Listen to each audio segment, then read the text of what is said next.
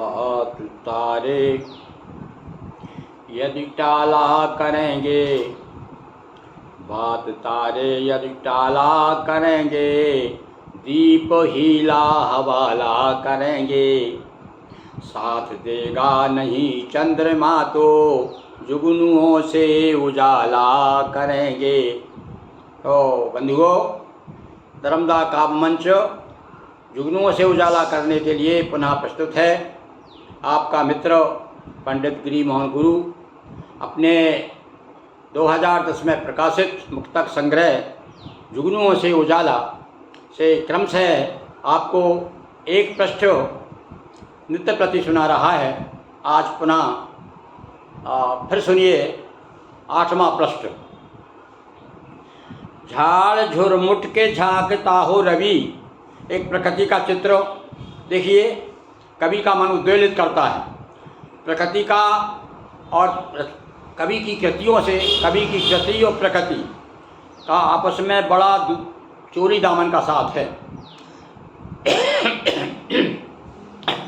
सुनिए प्रकृति का वर्णन। झाड़ झुरमुट से झांकता हो रवि, अपनी छिप छिप के दिखाता हो छवि। जिसने प्रातःकाल का दृश्य देखा है उसे ये पंक्तियाँ बहुत पसंद आई हैं। झाड़ झुरमुट के झांकता हो रवि, अपनी छिप छिप के छिपाता हो छवि। लेके किरणों की खुशी अपने में, लेके किरणों की खुशी अपने में, गीत फिर क्यों न बनाता हो कवि, गीत फिर क्यों न बनाता हो कवि। और गीत तो भैया अपने आप विस्फुटित हो जाते हैं जब प्रातःकाल का बाल रवि उदित होता है। आगे देखिए, जैसा कि मैंने आपको बताया, मैं नित्य प्रति एक प्रश्न आपको सुनाऊंगा। एक प्रश्न में 6 मुक्तक हैं। तो ये पहला मुक्तक। दूसरा देखिए, अपनी बात मैंने इसमें कही है कि मैं भटकती लहर का क्रंदन नहीं, मैं भटकती लहर का क्रंदन नहीं हूँ, मैं लिपटती बेल का जीवन नहीं हूँ। ध्यान दीजिए पंक्तियों पर। ये जो है चार चार पंक्तियों की जो रचना की गई है, बहुत ही कहना चाहिए कि बड़े श्रम के साथ में और बहुत ज़्यादा भगवती सरस्वती को स्मरण करते हुए लिखी है। तो एक एक पंक्ति में आपको ज़रा अर्थ खोजना पड़ेगा। मैं भटकती लहर का क्रंदन नहीं हूँ, मैं लिपटती बेल का जीवन नहीं हूँ, और ध्येय मेरा पास मंजिल के पहुँचना। हर आदमी एक बिंदु जो है सिंधु तक पहुँचना चाहती है। तो ध्येय मेरा पास मंजिल के पहुँचना, मैं किसी के प्यार का दर्पण नहीं हूँ, मैं किसी के प्यार का दर्पण नहीं हूँ। और अब आगे का देखिए, एक दूसरा मैंने बताया ना कि अलग अलग विषय पर अलग अलग समय लिखे गए हैं। तो आप तो मेरे साथ साथ चलिए और देखिए। अब बात गुलशन की उठाया न करो, इसमें चैलेंज दिया है। कभी चैलेंज के पर भी उतर आता है। तो बात गुलशन की उठाया न करो, एक गुल का शवाब काफ़ी है। बात गुलशन की उठाया न करो, एक गुल का शवाब काफ़ी है। तेरे इन गणत सवालों का, तेरे इन अनगिनत सवालों का मेरा एक ही जवाब काफ़ी है, मेरा एक ही जवाब काफ़ी है। और कवि तो अपना जवाब जो है कविता के माध्यम से अपने समाज शैली में दे देता है। तो आगे का फिर एक मुक्तक सुनिए। इसमें एक मनुस्थिति का वर्णन किया गया है कि जग के जुल्मात अखर अखर गए, जग के जुल्मात अखर अखर गए, दर्द से दोनों निखर निखर गए, दर्द से दोनों निखर निखर गए। और प्रेम धागे में जो लगा झटका, प्रेम धागे में जो लगा झटका, आँख के मोती बिखर बिखर गए, आँख के फिर से सुनिए इन पंक्तियों को भाई। बड़ी ही संवेदनशील पंक्तियाँ हैं कि जग के जुल्मात अखर अखर गए, दर्द से दोनों निखर निखर गए, और प्रेम धागे में जो लगा झटका, बीच में संसार आ जाता है ना, तो प्रेम धागे में जो लगा झटका, आँख के मोती बिखर बिखर गए, आँख के मोती बिखर बिखर गए। और इसके बाद फिर देखिए, फिर एक बात मैं अपनी चैलेंज की बात फिर कर रहा हूँ कि शूल को फूल कह नहीं सकता।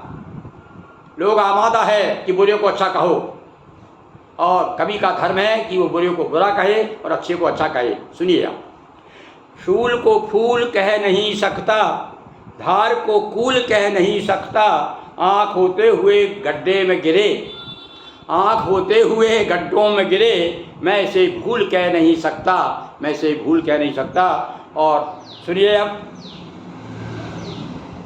हाँ, अब आखिरी जो है आपको बहुत पसंद आएगा भाई। आज का 8वें प्रश्न का जो 6वां मुक्तक है, ये देखिए आप। इसमें संसार को मैंने जो अध्ययन किया, और आप भी निरंतर लोगों से मिलते जुलते हैं, और उनका मिलन के बाद में, परिचय के बाद में, संपर्क के बाद में क्या क्या आपको उनसे मिलता है, और सब कुछ 4 पंक्तियों मैंने कह दिया। देखिए आप। यार दिलदार सब नहीं होते, ये छंद भी बहुत पसंद किया गया भोपाल में विशेष रूप से, क्योंकि वहाँ पर तो गज़लकार एक से गज़लकार हैं भोपाल में। हाँ, एक मुझे घटना याद आ रही है कि एक बार और चंद्र प्रकाश वर्मा, ये बड़े माने हुए साहित्यकार थे भोपाल के, उनकी अध्यक्षता में एक कार्यक्रम हो रहा था, और मेरा जब जाना हुआ, वो मुक्तक के शहंशाह माने जाते थे। बहुत पहले झूम झूम करके मुक्तक सुनाया करते थे चंद्र प्रकाश वर्मा, और मेरा जाना हुआ वहाँ। और सहयोग देखिए, उस समय क्या है, मेरे पिताजी का निधन हो चुका था, तो कुछ समय मतलब लगभग महीना सवा महीना के बाद की बात है, पिताजी के जाने के बाद, तो ये घोटम घोट हो रही थी पूरी मेरी। तो उससे क्या होता था कि जब ये बाल जब मुड़ जाते ना, तो आदमी वैसे ही दुबला पतला हुई तो बूढ़ा दिखाई देता हूँ। और उस समय जबकि मेरी उम्र, आज से ये घटना बता रहा हूँ 30-40 साल पहली घटना, भोपाल में जाया करता था मैं। तो वहाँ पर जब जो ही मैं पहुँचा, तो जो संचालक थे काजिम रजा राही, उन्होंने मेरा नाम बुला दिया कि भैया वो संगाबाद से गिरी मोहन गुरु आपके सामने अपनी मुक्तक सुनाएंगे, क्योंकि वो मुक्तक सुना रहे थे। मुक्तक के बाद मैं उस समय मुक्तक बहुत सुनाया करता था। तो जब मैंने अपना एक मुक्तक सुनाया, और वो कौन सा मुक्तक था कि अपने घर से जरा निकल तो सही, लड़खड़ाता है क्यों संभल तो सही, तेरा महबूब बुलाता है तुझे, पास मंजिल है जरा चल तो सही। और भैया जो ही मुक्तक मेरा सुना, उन्होंने मुझे गले से लगा लिया, और बहुत बहुत पसंद हुआ, और अपनी गले की माला मेरे गले में डाल दी। जब वो समझ रहे थे कि मैं भी बहुत कोई भया वृद्ध आदमी हूँ, और जबकि उनके सामने मैं बच्चा था। पर देखिए कभी कभी क्या होता है, यही वातावरण ऐसा बन जाता है, और साथ साथ में रचना कभी कभी कितनी अपील कर जाती। वो तो मुक्तक के बादशाह थे, वो मेरा मुक्तक बहुत पसंद आया उन्हें। तो ऐसी घटनाएं बहुत मेरे साथ में हुई है, समय समय में मैं आपको चर्चा करता रहूँगा। तो अब देखिए इसी प्रकार से ये मुक्तक। यार दिलदार सब नहीं होते, काबिले प्यार सब नहीं होते, मीत छल से भरी दुनिया में स्वप्न साकार सब नहीं होते, मीत छल से भरी दुनिया में स्वप्न साकार सब नहीं होते। धन्यवाद। अभी आपके कुछ लोगों के ही प्रतिक्रिया आई है, मैं ऐसा लग रहा है कि अभी लोगों को ज़रा मेरे मुक्तकों के प्रति आकर्षण हुआ नहीं है, या फिर क्या है कि इतने व्यस्त हो गए हैं, या कविता की जो संवेदना है कविता के प्रति थोड़ी कम होती जा रही लोगों में। तो हमारा ये नर्मदा काव्य मंच का एक उद्देश्य है कि आप में कविता के प्रति, काव्य के प्रति, ललित कलाओं के प्रति एक आकर्षण पैदा किया जाए, रुचि जागृत किया जाए। क्यों? क्योंकि ललित कलाएँ जो है बंधुओं, हमारे अंदर का जो ढोर है उसे मनुष्य बनाने का काम करती है, देवत्व देने का काम करती है, हमारी मधुर कोमलाएँ, हमारी कोमल भावनाएं हो जाती हैं। तो इसलिए बहुत ज़रूरी है। आप इसलिए कहा है कि संगीत और काव्य के बिना तो मनुष्य जो है पशु ही है, ऐसा मान्यता है विद्वानों की। मैं नहीं कह रहा हूँ, ये मेरा तो ऐसा है भाई, मैं तो इसमें रचा पछा हूँ, इसलिए मैं तो उसकी तारीफ करूँगा ही। तो बंधुओं इस प्रकार से ये आज का प्रश्न समाप्त हुआ। कल फिर मैं आपके सामने एक नया प्रश्न लेकर के आऊँगा। बहुत बहुत धन्यवाद।